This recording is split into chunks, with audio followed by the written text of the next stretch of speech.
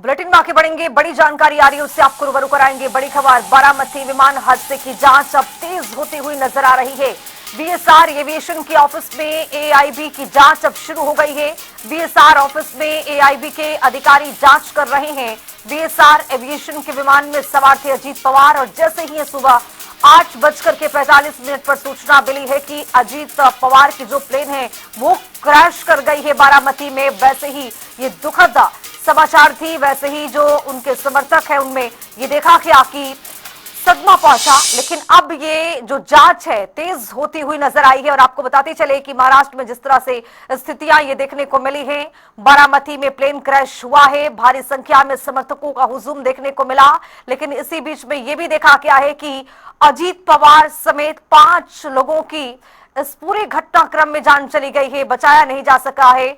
Plane जो थी वो आग की हवाले हो गई, आग की गोला बनती हुई यहां पर दिखाई दी है। लेकिन आपको बताते चले कि विमान हादसे का शिकार जैसे हुई है, अब कुल मिलाकर सवाल जो है वो अब इस कंपनी पर हो उठा है और जांच अब तेज होती हुई यहां पर दिखाई दे रही है। आंखों से देखा है, बहुत दुख भरी, दर्द भरी घटना है। ये हमने देखा कि एरोप्लेन जब नीचे आया था ऐसा लग रहा था उसका क्रैश हो जाएगा ऐसा हम सोच रहे थे, तभी क्रैश हो गया। हम देखे कि हमें लगा नहीं क्रैश हो गया है, लेकिन एयर ट्रैप पे उतरेगा ऐसा लगा, उतर रहा है, लेकिन क्रैश हुआ और उसके बाद स्फोट हो गया उसका जबरदस्त। स्फोट होने के बाद वो हम देखने आए, पहले देखा तो उसको आग लगी थी पूरे प्लेन को, और उसके बाद 4-5 स्फोट हो गया विमान में उसका। और उसके बाद बहुत लोग आ गए और उसने निकालने की कोशिश की, लेकिन बड़ी आग लगी, उसके कारण कोई मदद नहीं कर सकता। लेकिन सब आ गए, तब बाद में उसको उसमें आजिदा था। ये हमारे लिए बहुत शौक की बात में है, ये हमें बता नहीं।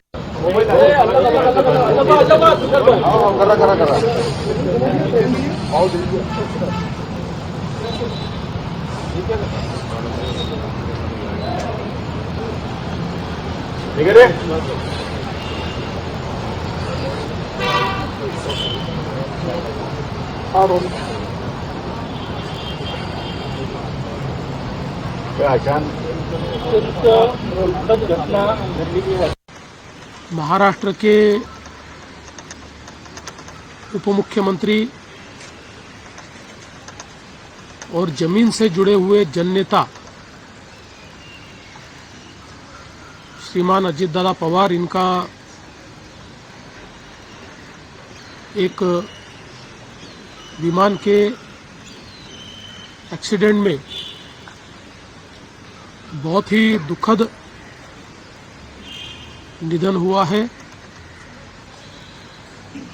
इसकी वार्ता आने के बाद समूचे महाराष्ट्र में बहुत ही दुख का वातावरण तैयार हुआ है। हम सभी के लिए इस प्रकार के जननेता को खोना एक अपरिमित इस प्रकार की हानि है। व्यक्तिगत मेरे लिए वो एक बहुत ही दमदार और दिलदार इस प्रकार के मित्र थे। एक काला दिन कहूँ, एक दुर्भाग्यपूर्ण घटना कहूँ, एक दुखद घटना कहूँ, ऐसी घटना जो हर एक के एक दिल को दुखाने वाली घटना आज महाराष्ट्र में घटी है। हमारे सहयोगी अजीत दादा पवार जी का प्लेन एक्सीडेंट में दुर्दैवी मृत्यु हुई है। ये हमारे लिए बहुत ही बेहद दुखद है और महाराष्ट्र के लिए भी दुखद है, उनके परिवार के लिए तो बहुत ही दुखद है। और अजीत दादा एक स्पष्ट वक्ता के रूप में जाने जाते थे, एक रोक टोक बोलने वाले। देखता हूँ, करता हूँ, ऐसे शब्द उनके डिक्शनरी में नहीं थे। जो होना है वो तुरंत करते थे, जो नहीं होना है उसे साफ ना कहते थे। लेकिन